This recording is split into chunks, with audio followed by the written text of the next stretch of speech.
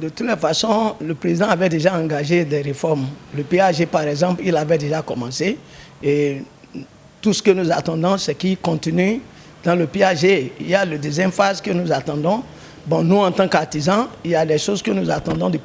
président. Et c'est ça, peut-être, qui a permis que tous les artisans ont voté pour le président. Il y a le projet H, où nous avons le programme d'assurance maladie, crédit aux artisans et la formation professionnelle. Donc, si le chef de l'État, pour le deuxième mandat, notre souhait, c'est qu'il puisse mettre en marche le deuxième phase de PAG, là-haut, et puis le projet H, pour le développement de notre secteur. Il y a aussi la promesse que, pour le deuxième mandat, au niveau de PAG, l'organisation des élections au niveau de la Chambre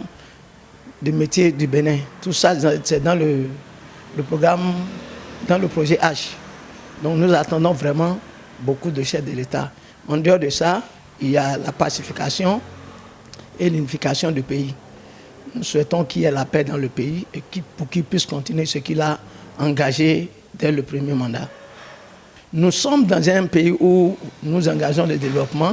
que l'opposition ne soit plus une opposition radicale, mais nous voulons une opposition constructive pour participer au développement du pays. C'est vrai qu'il faut s'opposer, mais il faut faire une opposition qui permet de construire le pays et non pas une opposition qui va créer le problème pour ne pas que le pays évolue. Mwato ndodo toga miton sisi jeha Patrice Athanas Guillaume Talon bodo me miton Charlemagne Nyakoti bodo sasa hiho etonpo miwato bibio toga miton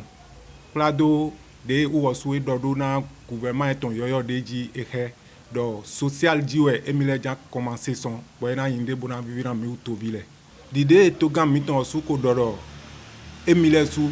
social diwe Emile Jan beleson eyin de bo vivira mi utovile nous emika dijiro bo bibio toga miton yindo logements sociaux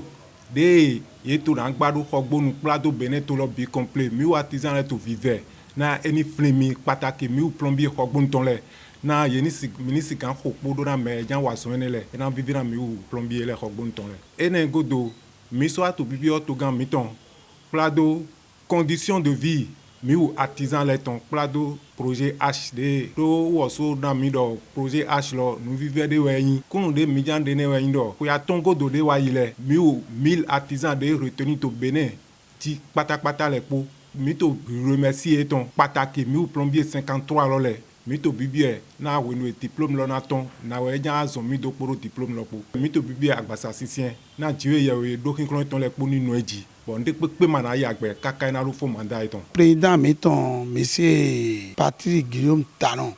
ni do enuwa nto yi ni gbeto to nuwa gbeto ni pe ni amapa nuwa to onumuno yan wa mi to gulo zene bodido mewu de yin alorunzon wa to maçon we ya plombier we ya firaye we ya safe we ya pet bâtiment we ya mi to bibio to gan mi ton do